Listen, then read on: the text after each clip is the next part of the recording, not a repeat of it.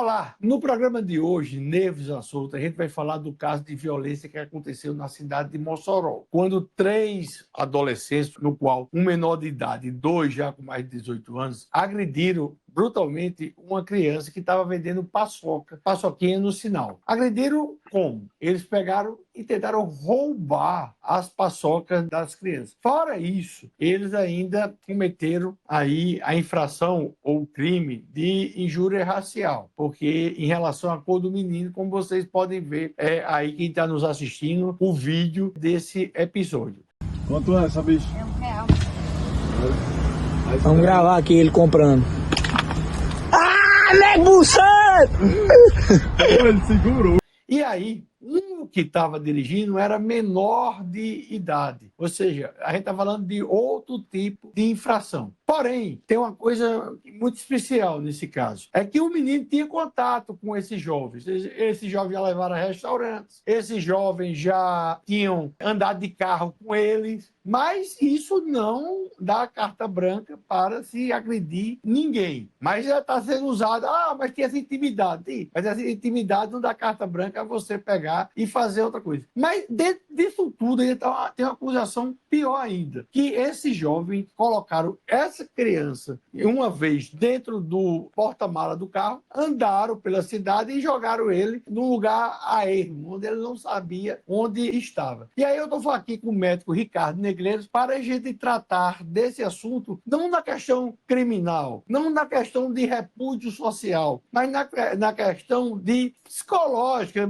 médica, na verdade médica, em relação à criança agredida, em relação aos pais das crianças agressoras, em relação aos adolescentes e homens, né, que têm 2 maiores de idade, agressores. E, cara, a primeira pergunta que eu quero fazer a você: e esse menino que foi colocado num porta-mala, tem 10 anos, vendia paçoca, 10 anos trabalhando, sofreu essa agressão, qual o dano que esse menino pode sofrer? Olá, tudo bom? Gustavo, um prazer estar aqui novamente no Nervos à Solta. E assim, os danos são enormes, são tamanhos e são imensuráveis. Querendo ou não, a gente tem uma criança que sofre reiteradas vezes violência, seja violência psicológica, alienação, são vários os fatores que podem contribuir para que ela tenha um prejuízo, tanto na sua saúde mental como no seu neurodesenvolvimento. Lembrando que é uma criança, ainda está no processo de formação da sua identidade, na formação de suas crenças, e quando a gente vê esse quadro especificamente de uma criança com carência, uma criança que tem dificuldades financeiras, que necessita trabalhar, tem uma situação de vulnerabilidade, sofrendo esse tipo de evento, a gente aumenta principalmente sentimentos como ressentimento, vingança, sensação de mal-estar, desesperança. E, claro, esse ressentimento pode se transformar em várias coisas. E todas elas são negativas para o desenvolvimento dessa criança. Você tem o seu produtozinho ali para vender, para ganhar alguma coisa, e esse produto é jogado no chão, em parte até tirado. Qual é a reação de uma criança? Como é que isso na mente de uma criança? Como a criança se comporta com isso? Já que já não é normal o fato de você ter que ganhar o seu próprio sustento aos 10 anos. Simbolicamente é uma representação de que o trabalho dela não vale nada. Veja, ela não quer estar naquela posição, ela não quer ter que trabalhar, não quer ter que vender paçoca no sinal, só que ela o faz por uma necessidade. É preciso para ajudar as contas da casa. E mesmo nesse papel de responsabilidade que a criança tem, ainda assim o seu trabalho é desvalorizado e tratado como se não fosse nada. Isso traz consequências para a vida adulta também. E esse ressentimento vai impactar na saúde mental. Estamos falando de um país em que cerca de 50% dos adolescentes até 17 anos já utilizaram álcool, 25% já fumaram alguma forma de cigarro, seja o tabaco, cigarro padrão ou cigarro eletrônico, e 5% já utilizaram crack. Nesse contexto, desse tipo de criança crescendo no Brasil, se a gente tem esse tipo de evento, a gente pode também ter um impacto maior no uso de drogas, criminalidade. Então, essa criança, ainda que tudo esteja convidando a ser má, ainda que seu trabalho seja desvalorizado, ainda que ela tenha necessidades que não estão sendo supridas pelo Estado também, ainda que as pessoas a tratem má, ainda assim há uma tentativa de ser bom por meio de um trabalho honesto. E até isso está sendo prejudicado e que vai acarretar consequências para a saúde dessa criança. Então vamos mudar um pouco o foco. Vamos para os pais desses meninos. Eu tenho informações que os pais dos meninos são pessoas direitas, são pessoas de bem, são pessoas trabalhadoras. Um casal específico é o pai do menor de idade que estava ali dirigindo, é um cara diferenciado, tudo. Como é que, de repente, se esses pais nem sabiam do que os meninos estavam fazendo na rua, como lidar com essa situação dentro de casa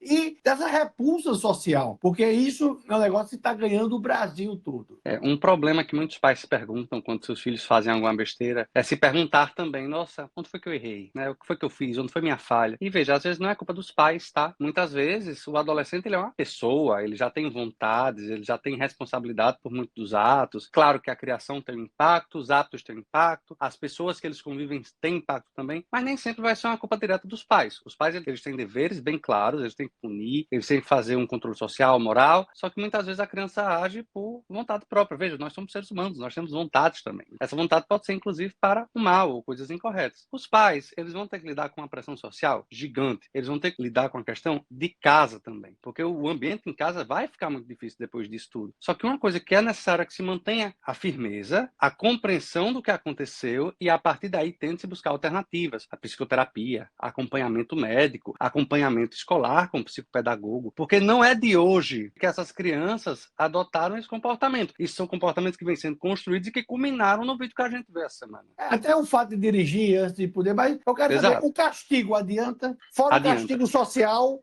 porque assim, eles vão ter responder por medida infracional e outros por medidas criminais, né, os maiores de idade. Mas o castigo dentro de casa, adianta? Adianta com certeza, sobretudo porque o ato de constrição ele é necessário para todo tipo de transtorno, crime. Por exemplo, hoje a gente tem uma compreensão que alguns transtornos sexuais, eles também, né, estão relacionados ao ato de ser preso, a crimes, e eles devem ser presos. Por mais que seja um transtorno mental, deve haver a punição. Isso é um feedback negativo, né? A pessoa faz um ato imoral, um ato incorreto, um ato criminoso, e ela recebe uma punição por isso. Isso é uma forma de adequação do comportamento. Se as pessoas fazem coisas erradas ou coisas tidas como más... Eu não estou falando da punição em relação aos... Da justiça. Da justiça. Eu estou falando em relação a dentro de casa. Se há uma conivência dos pais, se há uma conivência dos familiares em relação aos atos de maldade, eles serão repetidos e serão continuados. O local onde primeiro você forma uma base moral sólida é em casa. Se os pais eles não são presentes com os valores corretos, a gente vai ter um problema na criação da identidade daquela criança. Então, o castigo em casa, a restrição de acesso a bens, a restrição de acesso a festas, a restrição de acesso a coisas que sejam desejadas por esses jovens, é importantíssimo para a gente modular o comportamento da maneira adequada. Claro que a gente não vai trancafiar e privar da liberdade, mas tem que ter alguma repercussão para uma atitude negativa que é incompatível com os valores da sociedade. E agora é o último ponto e o último lado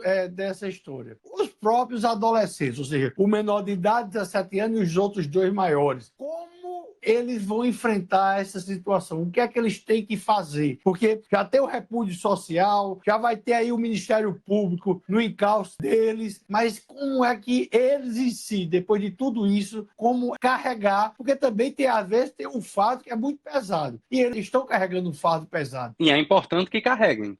Mas como ele se proteger, não estou falando da questão jurídica, isso é tudo da questão da saúde. Como eles devem se proteger para tentar melhorar, para tentar que isso não ocorra novamente? Primeiro que é importante que ocorra um sofrimento real, certo? Aconteceu uma coisa ruim e eles vão sofrer consequências por isso e vai haver uma dor, vai ter um sofrimento, uma perda, uma mudança de visão que as pessoas vão ter deles e isso deve ser usado. Porque, veja, são comportamentos inadequados. Se o comportamento traz um sofrimento, você tem a oportunidade de mudar esse comportamento. Então, veja, existe uma vida de fatores que levaram ao que a gente viu essa semana. E isso são comportamentos pequenos que vão se acumulando. Porque não chegou do nada e derrubou ou tentou roubar a paçoca do rapaz, da criança. E sim, foram várias coisas que foram terminando nisso. Então, veja, identificar quais são esses comportamentos é essencial e trabalhá-los com psicólogo e psiquiatra. Não adianta sofrer agora, ficar triste, depois serem recompensados e tudo esquecesse. Porque o comportamento vai voltar a repetir. É como se fosse um ciclo vicioso. Sempre existe um motivo para retornar ao comportamento nocivo. Porque, de alguma maneira, ele dava prazer, né? Gostava-se daquilo. Então, coisas que os pais têm que estar atentos e que esses jovens têm que estar atentos. O adolescente, ele replica o que ele vê. Além de replicar o que ele vê, ele está formando a imagem do eu. Então, a gente tem, por exemplo, muitas vezes, comportamento manipulativo, comportamento pouco empático, comportamento autorreferente e uma negação do sofrimento do outro. Você acha que eles não perceberam que aquela criança ia sofrer por tudo aquilo, que ia ser ruim, que ia ser uma coisa cruel? Não houve esse movimento empático. E isso é por conta de, sobretudo, comportamentos aprendidos. Então, identificar esses comportamentos e levar para a terapia vai ser essencial para o tratamento deles. Em relação a outras questões da saúde mental, como vão ficar tristes, podem entrar num processo depressivo, ansioso, por conta das cobranças e consequências que vai ter, isso também merece ser acompanhado. Mas tem que tratar a causa. Qual é a causa? Comportamento inadequado e incompatível com o contexto social. Olha, Ricardo, muito obrigado. Eu acho que esse programa foi muito importante, porque a gente abordou o lado da criança que sofreu agressão, a gente abordou o lado dos pais, que podem ser cúmplices ou vítimas dessa situação, e a gente também abordou o lado dos infratores e possíveis criminosos que fizeram o ato com a criança. Mas o importante é que essa nossa mensagem chegue para o maior número de pessoas. Se você gostou do programa, curta, passe, porque isso pode acontecer com qualquer um de nós dentro da nossa casa. Ricardo é meu filho, para quem não sabe, mas assim,